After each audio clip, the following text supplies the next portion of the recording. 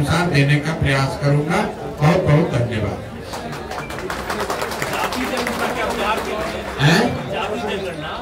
जो बिहार में दावेदारी कर रहे नीतीश कुमार और जो अन्य सरकार है, बोलिए बोलिए, माइक में लेके बोलिए, माइक में लेके बोलो। अभिशाप है बिहार के लिए, क्या अभिशाप है या फिर वरदान? नहीं, जाति की बात कर रहे हैं कि जाति जनगणना की बात कर रहे हैं? नहीं, बिल्कुल नहीं। अभिशाप क्यों है? किसी भी, पहली बात कि बिहार में जो काम हुआ जातियों की संख्या को गिनने का, वो जनगणना नहीं है, वो सर्वे है। जनगणना कराने का अधिकार राज्य सरकारों को नहीं है, जनगणना केंद्र का मामला है। लेकिन उसको आप सर्वे कहिए या जनगणना कहिए, जो सर्वे यहाँ आया उससे कोई दिक्कत नहीं है। सर्वे में तो वही बात निकल के आई जो सब लोग कह रहे हैं कि समाज का एक बड़ा वर्ग जिसके नाम पर पिछले 30-35 साल में राजनीति की गई, जिनके वोट से लोग सत्ता में बैठे, उनकी स्थिति, उनके बच्चों की स्थिति जो आज से 30 वर्ष पहले थी, कमोबेश वही है। जातीय जनगणना सर्वे का जो राजनीतिक फायदा उठाने की लोग कोशिश कर रहे थे, पिछले 1 साल से हम कह रहे हैं इसका कोई राजनीतिक फायदा नहीं हो सकता है। और उसका परिणाम ये है, आप देख लीजिए कि जातिगत जनगणना और सर्वे को देशव्यापी मुद्दा बनाकर भाजपा से लड़ने का दावा करने वाले नीतीश कुमार खुद ही अपना दल छोड़कर भाग गए भाजपा की शरण में। अगर जातिगत सर्वे का कोई चुनावी असर होता तो नीतीश कुमार छोड़कर भागते नहीं। ये सीधा दिखाता है, कोई भी सर्वे, कोई भी जनगणना अगर आप करते हैं, समाज के विभिन्न भागों के वर्गों की स्थिति के बारे में अगर सरकार को उसके बारे में बेहतर जानकारी होती है तो उसमें कोई नुकसान नहीं है। लेकिन सिर्फ जानकारी हो जाने मात्र से लोगों की स्थिति नहीं सुधरेगी। ये जनगणना का विषय नहीं है।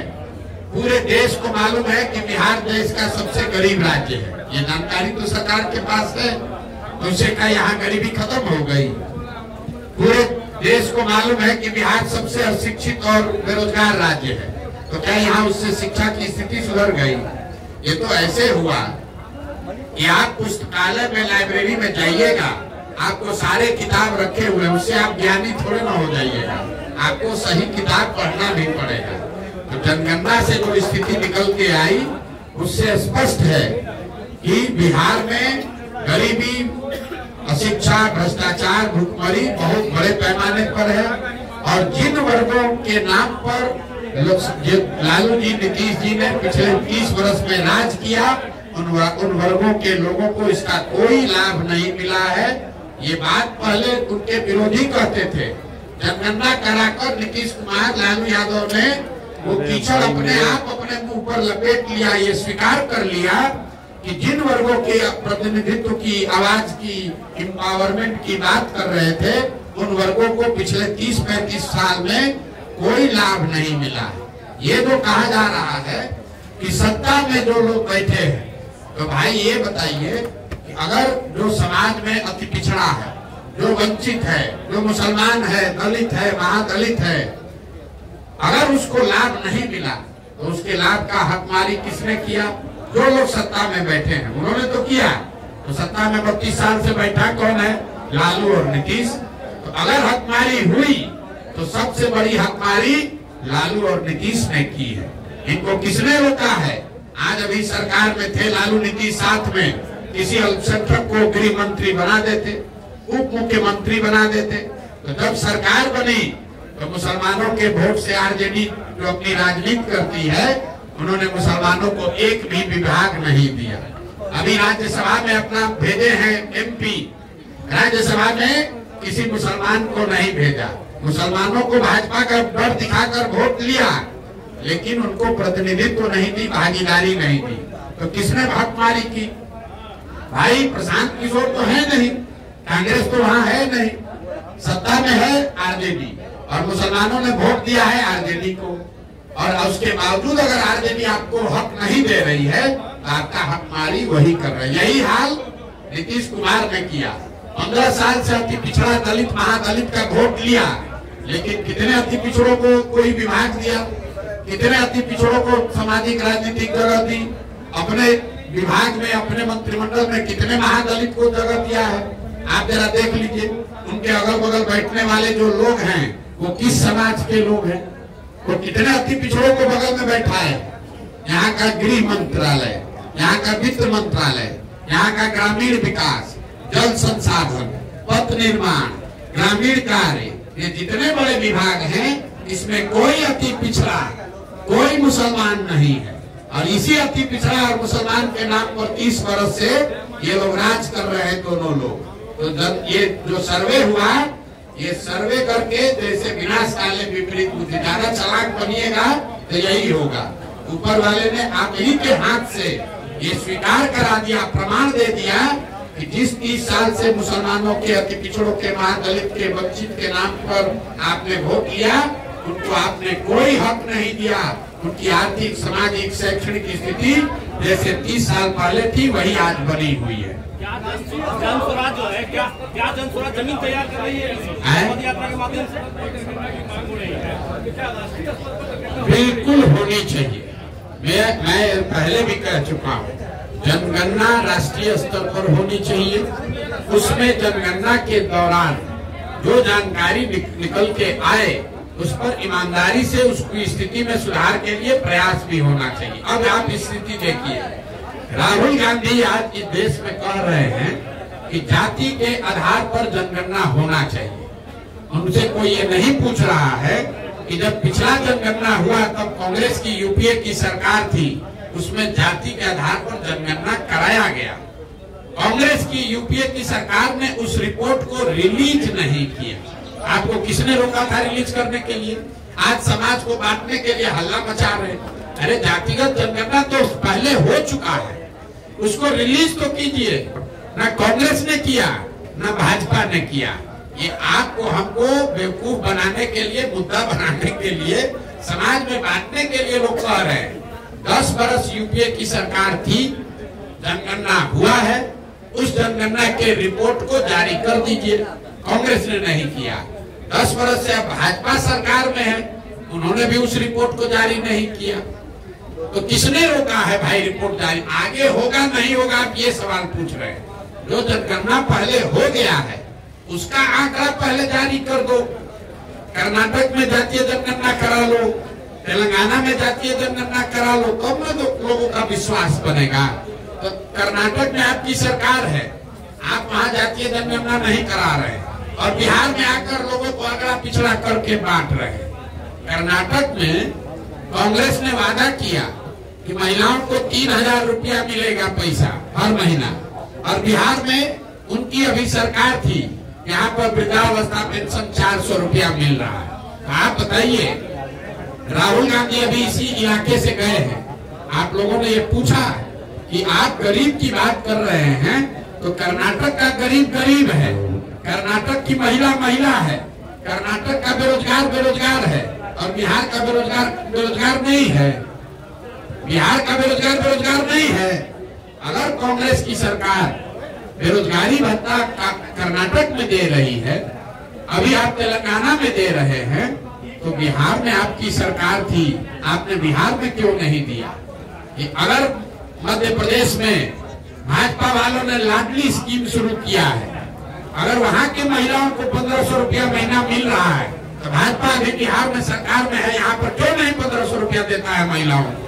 हम लोग तो मध्य प्रदेश से ज्यादा गरीब हैं, क्यों नहीं दे रहे?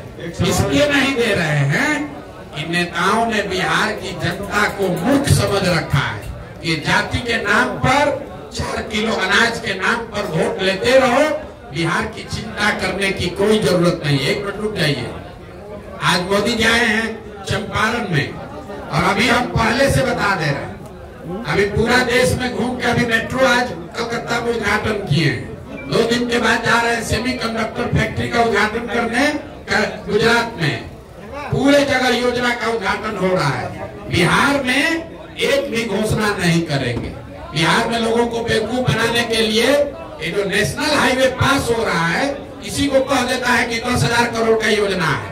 अरे भैया, आपको बंगाल को कनेक्ट करना है, असम को कनेक्ट करना है, तो बिहार के होके ही तो रास्ता जाएगा। मोदी जी अगर आज आ रहे हैं ये बता दे कि बिहार में चीनी मिल कब चालू होगा। 2014 में मोदी जी ने कहा था कि जब मोतिहारी में जो चीनी मिल है इससे बनी चीनी का चाय पिएंगे तब बिहार में वोट मांगने आएंगे। आज मोदी जी आए हैं 10वीं बार, उसके बाद आए होंगे वोट मांगने। चीनी मिल कब बिहार में चालू होगा बताओ। गुजरात में बनेगा सेमीकंडक्टर का फैक्ट्री, कर्नाटक में बनेगा उद्योग लगेगा। अब बिहार का आदमी जाकर कर्नाटक में गुजरात में मजदूरी करेगा, यही ये नेता चाहते हैं। एक सवाल है, आप चुनावी रणनीतिकार रहे हैं, कई बड़ी पार्टियों को आपने जिताया भी है, आखिर जनस्वराज की स्थापना है, क्या विजन आपकी लोग आपको वोट करें, ऐसा क्या किया आपने आने वाले समय में लोग आपको वोट करें, आपको विश्वास किया? किसी ने यहाँ सुना कि हमने जनस्वराज पार्टी बनाया है और आपसे वोट मांगे हैं? आप तो आपकी तैयारी क्या है? सुन तो लो मेरे भाई, आप पत्रकार हो, पहले से घर से तैयारी करके आए हो, यहाँ कुछ सुने नहीं। हमने यहाँ बोला, सब पत्रकारों ने सुना है कि हम लोग ये नहीं कह रहे हैं कि किसको वोट देना है। हम ये कह रहे हैं कि वोट जिसको दो अपने बच्चों के लिए दो और वोट मुफ्त में मत दो। हम जब वोट आपसे मांग ही नहीं रहे हैं, आप कह रहे हैं कि आप पर भरोसा क्यों कर रहे हैं? आपकी रणनीति क्या रहेगी? मेरी रणनीति आपको, अगर आपको शंकर जी का त्रिनेत्र के से दिख रहा है, हमको तो नहीं दिख रहा है। हमको ये दिख रहा है कि हमको पदयात्रा पूरी करनी है। हमें ये दिख रहा है कि हमको बिहार के जनता को जागृत करना है। हमें ये दिख रहा है कि बिहार के गांव-गांव से ऐसे लोगों को इकट्ठा करना है जो बिहार में नया दल बनाना चाहता है। जब दल बन जाएगा तो उसके आगे की रणनीति भी आपको दिखाएंगे और आपको बताएंगे भी बुलाकर की रणनीति क्या है। आप हमसे ज्यादा घबराए हुए आप क्यों है? हम तो कह नहीं रहे कि हम चुनाव लड़ रहे हैं, आप तो चुनाव की इतनी चिंता क्यों है भाई? आपने कहा इसी पदयात्रा के दौरान आपने आपने कहा कि आप एक राजनीतिक कार्यकर्ता भी, एक राजनीतिक कार्यकर्ता के नाते किस पार्टी को आप चाहेंगे कि सबसे बेहतर या सपोर्ट करना चाहेंगे? मैं आपने कहा किस पार्टी को सपोर्ट करना चाहे, यही कह रहे हैं ना? सुन तो लो मेरी बात। लोकसभा चुनाव में सब इसी देश के संविधान में वोटिंग जो है वो सीक्रेट है। क्यों सीक्रेट है? संविधान बनाने वालों ने कह दिया होता कि हर आदमी को पत्रकारों के सामने खड़ा होकर अपना वोट देना है। जैसे नागरिक होने के नाते आपको वोट देने का अधिकार है, वैसे हमको भी अधिकार है, हम जिसको अच्छा समझेंगे उसको वोट देंगे। लेकिन जनस्वराज इत्मीनान से रहो। काहे अभी इतना उतावला हो रहा है? मकसद आप 3 को बोले सुनाई नहीं पड़ा। पहला मकसद है जन जागृति, दूसरा मकसद है दल बनाना और तीसरा मकसद है बिहार के विकास के लिए योजना बनाना। ये तीनों काम होगा तब उसके बाद आपसे बात करेंगे। 18 अब करेंगे नहीं, 18 महीना से कर रहे हैं। जितने 75 साल में किसी ने मेहनत न की हो, 18 महीना से अपना घर परिवार छोड़कर गांव-गांव घूम रहे हैं। इसके बावजूद आप कह रहे हैं कि आप ऐसे घूम रहे हैं, आपकी समझ ज्यादा है, हमारी कम है। मेरा 2 सवाल था। पहला कि आधा बिहार आप घूम चुके हैं जी, क्या आपको इस उद्देश्य से आप चल रहे हैं, उसका आउटकम दिख रहा है? आउटकम, अगर आपको आउटकम आप क्या चाहते हैं? हमारे जो 3 उद्देश्य हैं, मुझे ऐसा लग रहा है कि गांव-गांव में जहां पर भी हम लोग गए, लोग इस बात को मान रहे हैं। मान नहीं रहे तो हजारों की संख्या में जुड़ कौन रहा है? अभी हम यहाँ आए हैं, यहाँ कौन जुड़ा है? हम यहाँ कोई सांसद तो है नहीं, विधायक है नहीं, कुछ रेबड़ी बातें नहीं, गाड़ी बस भेजे नहीं, लोग क्यों आ रहे हैं? गांव-गांव में लोग समझ रहे हैं कि नहीं, अगर बिहार में सुधार करना है तो जब तक लोग यहाँ अपने आप में सुधार नहीं करेंगे तब तक सिर्फ दलों को बनाकर वोट देने, जिताने, हराने से बिहार में सुधार नहीं होगा। दूसरी बात आपने कहा, दूसरा जो उद्देश्य है दल बनाने का, तो जब पदयात्रा शुरू की थी तो मेरा लक्ष्य था कि हर प्रखंड से 20 लोगों को निकाला जाएगा जो नया दल बनाना चाहते हैं। पदयात्रा का लक्ष्य था हर प्रखंड से 20 लोगों को चुनकर निकालना जो नया दल बनाना चाहता है। आज जहाँ पदयात्रा हो गई है वहाँ पर 2000 से 2500 लोग ऐसे हैं जो नया दल बनाने के लिए इसमें जुड़ रहे हैं। आप देख रहे हैं कटिहार में आपके यहाँ मैं आया हूँ, अभी हम यहाँ पदयात्रा किए नहीं है और अभी हजारों की संख्या में लोग जनसुराज से जुड़े हुए। तीसरा, आपने कहा कि जो आपको क्या दिख रहा है, हर गांव में जहां हम लोग जाते हैं लोग अपनी समस्या बता रहे हैं, लिखवा रहे हैं, ये समझा रहे हैं कि क्या करने से दशा सुधरेगी। तो मैं पदयात्रा और मेरे प्रयास को इन्हीं 3 बिंदुओं पर जांचता। इसके आगे चुनाव में क्या होगा, कौन सा चुनाव लड़ा जाएगा, जब दल बनेगा चुनाव लड़ेंगे तब उस समय उसको नाप लेंगे। अभी तो इन 3 उद्देश्यों से जो पदयात्रा कर रहे हैं उस पर दिख रहा है कि जनता में इसको लेकर उत्सुकता या बेहतर समझ बन रही है। दूसरी बात हम करना चाह रहे थे कि आपको जो कि पॉलिटिकल एनालिसिस करते हैं, राजनीतिक रणनीति कर रहे हैं, तो अभी जो सुप्रीम कोर्ट फैसला दिया है इलेक्ट्रल बॉन्ड को लेकर के 10 मार्च तक SBI को दिया है कि वो रिपोर्ट है चुनाव आयोग को देख, लेकिन SBI कल डिमांड कर रहा था कि हमको जून तक का समय चाहिए। आप क्या इसके बारे में समझ? भैया, जो लोग इलेक्टोरल बॉन्ड के बेनिफिशियरी हैं, इसको ध्यान से सुन लीजिए। जिन लोगों को इलेक्टोरल बॉन्ड का, जिन पार्टियों को सबसे ज्यादा लाभ मिला है, वो क्यों चाहेंगे कि चुनाव से पहले ये पंडोरा बॉक्स खुल जाए कि किस पार्टी को किस उद्योगपति ने पैसा दिया। इसीलिए आप देख रहे हैं कि SBI जाकर ये कह रही है सुप्रीम कोर्ट में कि इसको जून तक का समय दिया जाए ताकि लोकसभा का चुनाव निपट जाए, जीत कर लोग आ जाएं, जिसको जीतना हारना है हो जाए, उसके बाद रिपोर्ट लिखते रहिए, बहस करते रहिए, कोई सुनने की बात। ये तो स्पष्ट है कि जून तक का समय मांगने का क्या मतलब है। भाई, जितने लोगों ने बॉन्ड खरीदा है वो जानकारी कंप्यूटर में है, अगर SBI चाहे तो उसको 1 मिनट में जारी कर सकती है। जी, आप ब्लेम कर रहे हैं कि नीतीश कुमार, प्रधानमंत्री मोदी को बनाने वाले भी आप ही हैं। आप चुनावी रणनीतिकार रहे हैं और कांग्रेस से आपकी बात नहीं बनी, उसके बाद जो है आप यात्रा पर निकले हैं। तो जब आप आज ब्लेम कर रहे हैं, उनको बनाने वाले भी आप हैं। ठीक, पहली बात तो आप हमको जरूरत से ज्यादा महत्व दे रहे हैं। अगर हमारे ही हाथ में है कि हम किसको प्रधानमंत्री देश चुनेगा, तो हम यहाँ गांव में क्यों बैठे होते? जिसको चाहते उसको प्रधानमंत्री बनवा देते। तो ये भ्रम मत पालिए। दूसरी बात, आपने ये कहा, ये आपका कहना जायज हो सकता है कि जिन लोगों का आपने पहले साथ दिया आज उनका विरोध क्यों कर रहे हैं, वो सही सवाल है। वो इसलिए दे रहे हैं कि 2014-15 के नीतीश कुमार जिनकी हमने मदद की और आज के नीतीश कुमार जिनका हम विरोध कर रहे हैं, इन दोनों में जमीन आसमान का फर्क है। 2014-15 में जिस नीतीश कुमार की हमने मदद की थी, वो नीतीश कुमार की छवि बिहार में सुशासन बाबू की थी, एक ऐसे प्रशासक की थी जो बिहार में सुधार लाने की प्रक्रिया में कुछ प्रयास कर रहा है। आज नीतीश कुमार जिनका मैं विरोध कर रहा हूँ, वो उस नीतीश कुमार का विरोध कर रहा हूँ जिसकी छवि कुर्सी कुमार की है, पलटू राम की है, जो सिर्फ और सिर्फ अपने कुर्सी पर बने रहना चाहता है, जिसको बिहार के विकास से कोई लेना देना नहीं है। 2014-15 में जिस नीतीश कुमार की हमने मदद की, वो नीतीश कुमार थे जो चुनाव हारे नहीं थे।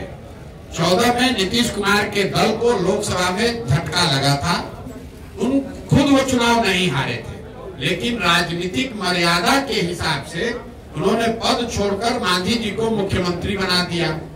आज नीतीश कुमार जिनका मैं विरोध कर रहा हूँ, ये वो नीतीश कुमार है जो 2020 में चुनाव हार गए हैं, लेकिन 243 के विधानसभा में इनके 42 विधायक हैं, लेकिन कभी कमल को पकड़कर, कभी लालटेन पर लटककर ये आदमी कुर्सी पर बैठा हुआ है।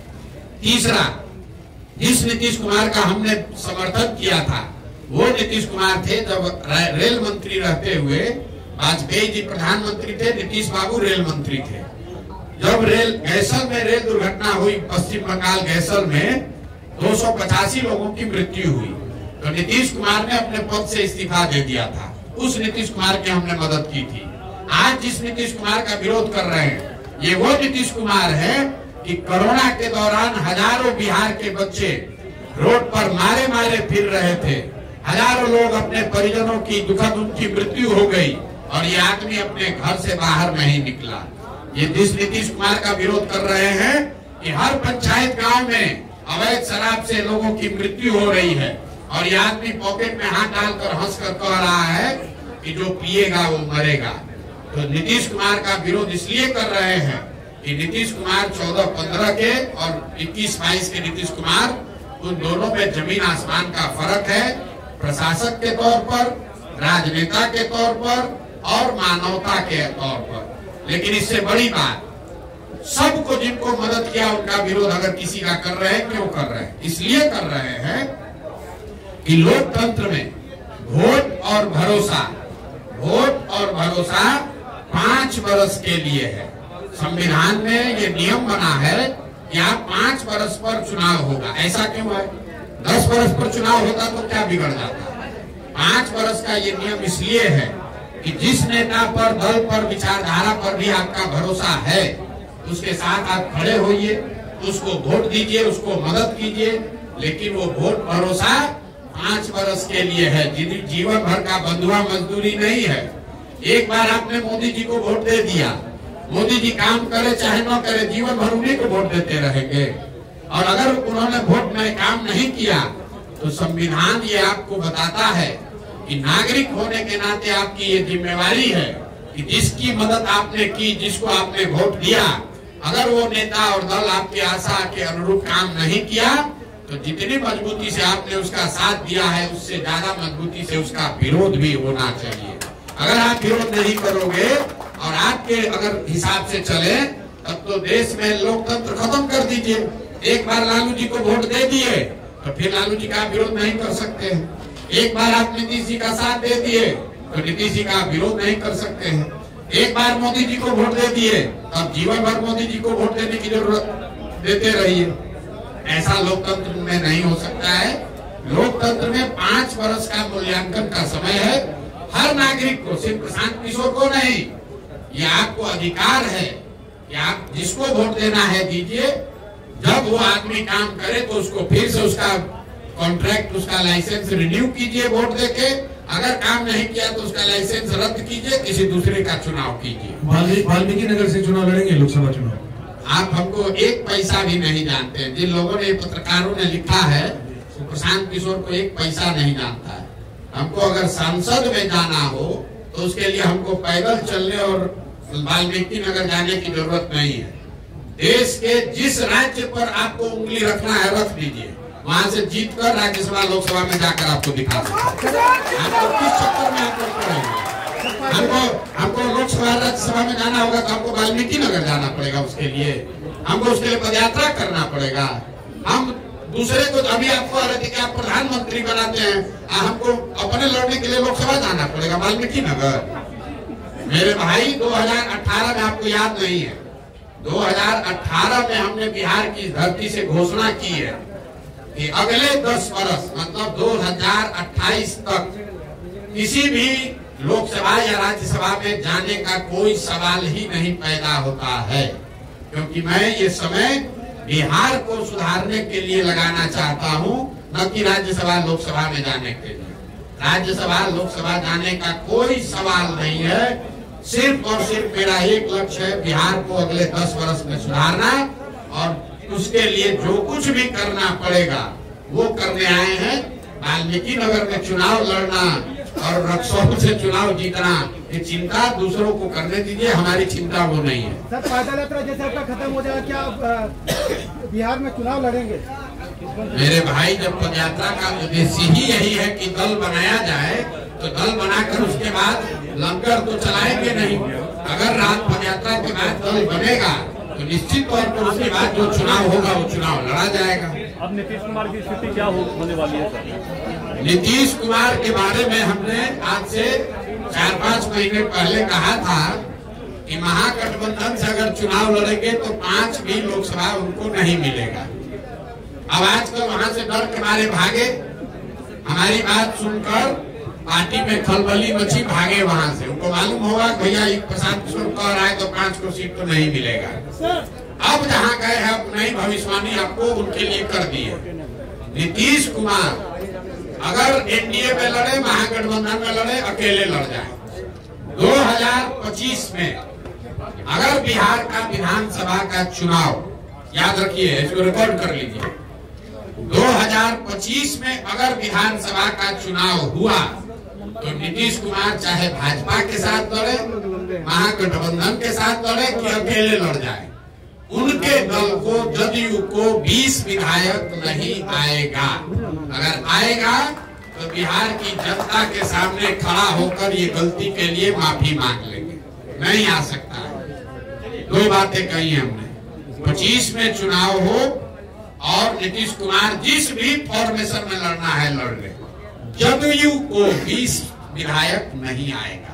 लोकसभा में सर एक लोकसभा में उनका क्या है भाई, लोकसभा तो मोदी जी लड़ रहे हैं, जब नीतीश कुमार को कौन पूछ रहा है? कोई लोग ही नहीं है, न लालच है। आपने कहा कि हम ना कोई पार्टी बना रहे हैं, ना हमको सांसद का लड़ना है सांसद। तो फिर सर लोग क्या समझे? क्योंकि आज तक जितने भी लोग आए किसी न किसी प्रकार से हम बिहारियों को ठगा है। तो सर न आपको कोई लोभ नहीं है, न लालच है, तो फिर महात्मा गांधी बनने के रास्ते पे चले हुए हैं क्या? हम बिहार के वो लड़का है, बिहार के वो बेटा है जो ये समझता है कि बिहार में सुधार के लिए हमें, मेरे पास जो भी शक्ति बुद्धि साधन भगवान ने दिया है, मुझे वो सब दांव पर लगाने की जरूरत है। ऐसा हम इसलिए समझते हैं कि इसी मिट्टी में हमारा जन्म हुआ है। अगर हमारी हिम्मत नहीं होगी बिहार में सुधार करने की या सुधार के लिए प्रयास करने की, तो बिहार में किस बेटा की हिम्मत होगी ये प्रयास करने की, आप हमको बता दीजिए। और अगर हम नहीं करेंगे तो दूसरा कौन करेगा? ये बिहार की मिट्टी का कर्ज है, उस कर्ज को अदा करने के लिए ये काम कर रहे हैं। एमएलए एमपी बनने के लिए नहीं कर रहे हैं। फिर से आपको दोहरा देते, देश में शायद ही कोई ऐसी पार्टी है, कोई राज्य है जो जिसको हम जाकर कहे कि हमको एमएलए विधायक मंत्री बना दो और हमको कोई ना कहेगा। लेकिन हमारा लक्ष्य वो नहीं है। हमारा जीवन का लक्ष्य है अगले 10 वर्ष में बिहार को देश के 10 अग्रणी राज्य में शामिल कराना, और उसके लिए जो कुछ भी करना पड़ेगा वही करेंगे। जब हम आकर ये अभियान शुरू किए, आप में से बहुत सारे पत्रकारों ने कहा अरे कितना दिन चलेंगे, ये तो भाग जाएंगे। 18 महीना से चल रहे हैं।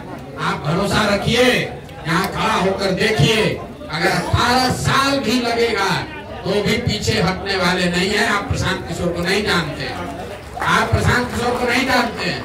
एक बार जीत करके ठान लिया तो दुनिया की कोई ताकत हमको इससे हिला नहीं सकती। सर कोई नहीं हिला सकता। सर एक सवाल है सर, प्रशांत किशोर है कौन?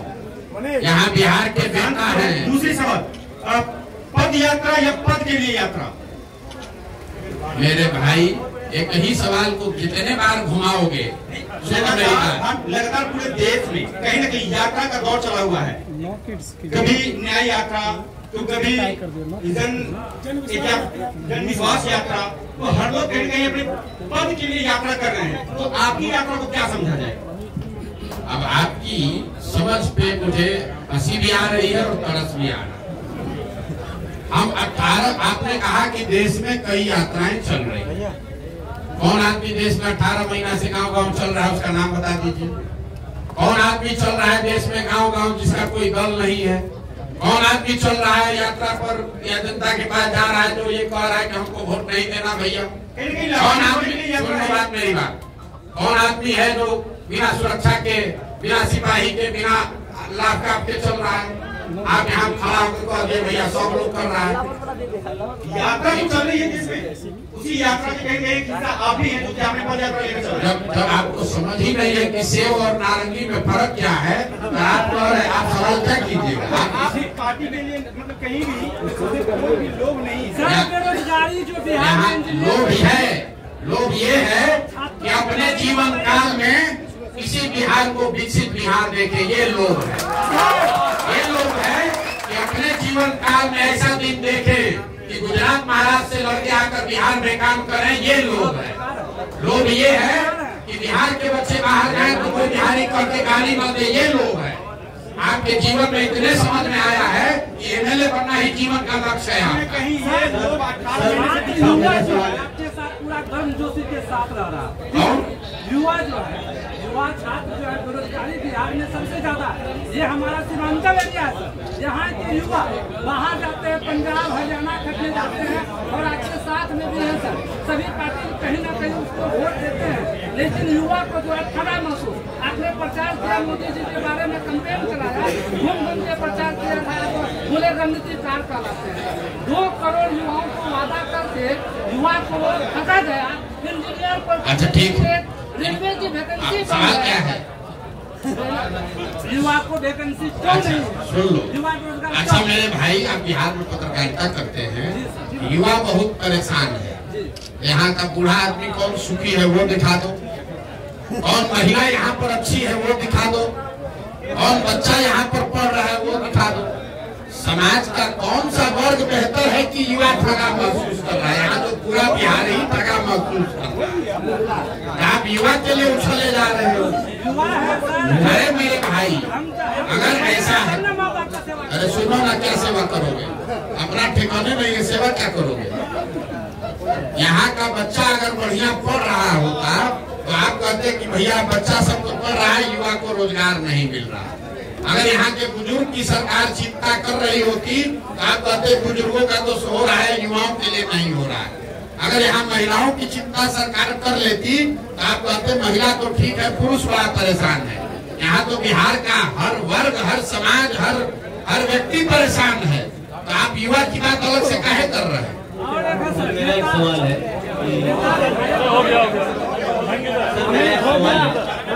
विगत